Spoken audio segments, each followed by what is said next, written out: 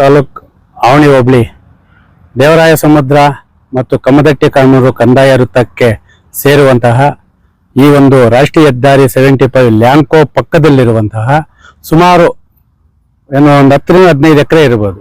ಇದು ಕಲ್ಲು ಬಂಡೆ. ಆದ್ರೆ ಕಂದಾಯ ಅಧಿಕಾರಿಗಳು ಕೇಳಿದ್ರೆ ಯಾರೋ ಬೆಂಗಳೂರು ಮೂಲದ ಲಲ್ಲೀಶ್ ರೆಡ್ಡಿ ಅಂದ್ರೆ ಲಾಲ್ನಾಥ್ ರೆಡ್ಡಿ ಅಂತ ಹೇಳೋ ವ್ಯಕ್ತಿಗೆ ಮಂಜೂರು ಆಗಿದೆ ಅಂತೆ. ಕಲ್ಲು ಬಂಡೆ ಮಂಜೂರಾಗಿ ಅದನ್ನ DC ಕನ್ವರ್ಷನ್ ಭೂ ಪರಿವರ್ತನೆಯನ್ನು ಮಾಡಿ ಇವಾಗ ಕಲ್ಲು ಬಂಡೆಗಳು ಹೊಡಿತಾ ಇದ್ದಾನೆ. ಅಲ್ಲ, ಕಲ್ಲು ಬಂಡೆಗಳೇ ಮಂಜೂರಾಗಿ DC ಕನ್ವರ್ಷನ್ ಆಗ್ತದೆ ಅಂತ ಹೇಳಿದ್ರೆ ಇನ್ನು ಸಾಮಾನ್ಯ ಜಮೀನು ಉಳಿತದ? ಇಲ್ಲ, ಬಡವರಿಗೊಂದು ನ್ಯಾಯ, ಭೂಗಳ್ಳರಿಗೆ ಒಂದು ನ್ಯಾಯ. ನಾವು ಕೇಳ್ತಾ ಇರೋದು ಪದೇ ಪದೇ ಪದೇ ಪದೇ ರೈತರಿಂದ ಒಂದು ಪ್ರಶ್ನೆ ಮಾಡ್ತಾ ಇದ್ದೀವಿ. ಬೆಂಗಳೂರು ಮೂಲದ ಭೂಗಳ್ಳರಿಗೆ 100 ಎಕರೆ ಸರ್ಕಾರಿ ಗೋಮಾಳ ಗುಂಡುತೋಪು ಯಾವ ರೀತಿ ಮಂಜೂರಾಗ್ತದೆ? ಅವರು ಸ್ಥಳೀಯರ? ನಾವು ಕೆಲವರು ಕೋಲಾರ ಜಿಲ್ಲೆಯವರು ಅಲ್ಲ, ಮುಳಬಾಗಿಲು ತಾಲೂಕವರಲ್ಲ, ಈ ಜಮೀನು ಪಕ್ಕದಲ್ಲಿರೋ ಗ್ರಾಮೀಣ ಪ್ರದೇಶದವರು ಅಲ್ಲ. ಯಾರೋ ಬೆಂಗಳೂರಿಂದ ಬರ್ತಾನೆ, ಯಾರೋ ನಮ್ಮ ಸ್ಥಳೀಯರು ಚಲಪತಿಯವರು ಹೇಳ್ದಕಟ್ಟ 2 ಎಕರೆ ಖರೀದಿ ಮಾಡ್ತಾರೆ, ಪಕ್ಕದ 4 ಎಕರೆ ಹಾಕೊಂತಾರೆ. ಆದ್ರೆ ಯಾರು ಕೇಳಲ್ಲ.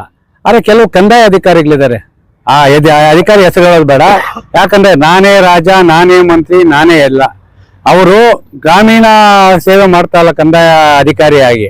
ಬರೀ ಬೆಂಗಳೂರು ಮೂಲದ ಯಾವ ಇಡೀ ಕರ್ನಾಟಕ, ಆಂಧ್ರ, ತಮಿಳುನಾಡಿಂದ ಯಾರೇ ಬರ್ಲಿ ಹೇಳಿ ನನಗೆ ಭೂಮಿ ಬೇಕಂದ್ರೆ ಆ ಭೂಮಿ 0 to 0 ಅನ್ನೋ ಒಂದು ಕೋಡ್ ಐತೆ. ಯಾಕಂದ್ರೆ ಯಾರಿಗೂ ಮಂಜೂರಾಗದೇ ಇರ್ತದೆ, ಅದು ಯಾರಿಗೂ ಇಲ್ಲದ್ರೆ ಗೋಪ್ಯವಾಗಿರ್ತದೆ. ಆ ಗೋಪ್ಯವಾಗಿರೋ ಜಮೀನನ್ನು ಹುಡುಕ್ಬಿಡೋದು, ಅವ್ರು ಮಂಜೂರು ಮಾಡ್ಬಿಡೋದು, ನಕಲಿ ದಾಖಲೆ ಸೃಷ್ಟಿ ಮಾಡೋದು. ಕೇಳಿದ್ರೆ ನನ್ನ ಯಾರು ಮುಟ್ಟಲ್ಲ ಅಂತ ಹೇಳ್ತಾರೆ. ಅವ್ರ ಹೆಸರು ಹೇಳೋದು ನಮ್ಗೆ ಬೇಕಾಗಿಲ್ಲ. ನಾವು ಕೇಳ್ದಾರಂದ್ರೆ ಇಲ್ಲಿನ ತಹಶೀಲ್ದಾರ್ ಅವರಿಗೆ ಮತ್ತೆ ಈ ಕ್ಷೇತ್ರದ ಅಭಿವೃದ್ಧಿ ಅಧಿಕಾರಿಗಳನ್ನು ಮಾಡಬೇಕು, ಅಭಿವೃದ್ಧಿ ಏನಾದ್ರು ಮಾಡಬೇಕು ಅಂತೇಳಿ ಈಗ ಅಂಬೇಡ್ಕರ್ ಭವನಕ್ಕೆ ಕೊಟ್ಟಿದ್ದಾರೆ, ಯಾವುದೋ ಜ್ಯೂಸ್ ಫ್ಯಾಕ್ಟ್ರಿ ಕೊಟ್ಟಿದ್ದಾರೆ.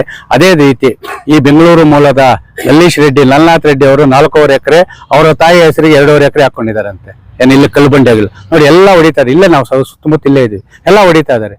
ಈ ಕೂಡಲೇ ಅವರ ಏನ್ ಗ್ರಾಂಟ್ ಆಗಿದೆ, ಇಲ್ಲಾಂದ್ರೆ ಯಾರ ಹತ್ರ ಪರ್ಚೇಸ್ ಮಾಡಿದಾರ ಅವರ ಸಂಪೂರ್ಣ ನೋಂದಣಿಯನ್ನು ರದ್ದು ಮಾಡಬೇಕು. ಮತ್ತೆ ಭೂ ಪರಿವರ್ತನೆ ಮಾಡುವ ಅಧಿಕಾರಿಗಳ ವಿರುದ್ಧ ಕಾನೂನು ಕ್ರಮ ಕೈಗೊಳ್ಳಬೇಕು. ಈ ಕಲ್ಲು ಬಂಡೆಗಳನ್ನು ಉಳಿಸಿ ಈ ಸುತ್ತಮುತ್ತಲ ಗ್ರಾಮಸ್ಥರಿಗಾರು ನೀಡ್ಲಿ, ಇಲ್ಲ ಜಾನುವಾರುಗಳಿಗೂ ನೀಡ್ಲಿ, ಇಲ್ಲ ಯಾವ್ದನ್ನ ಸಮುದಾಯ ಭವನಗಾರ ನೀಡ್ಲಿ.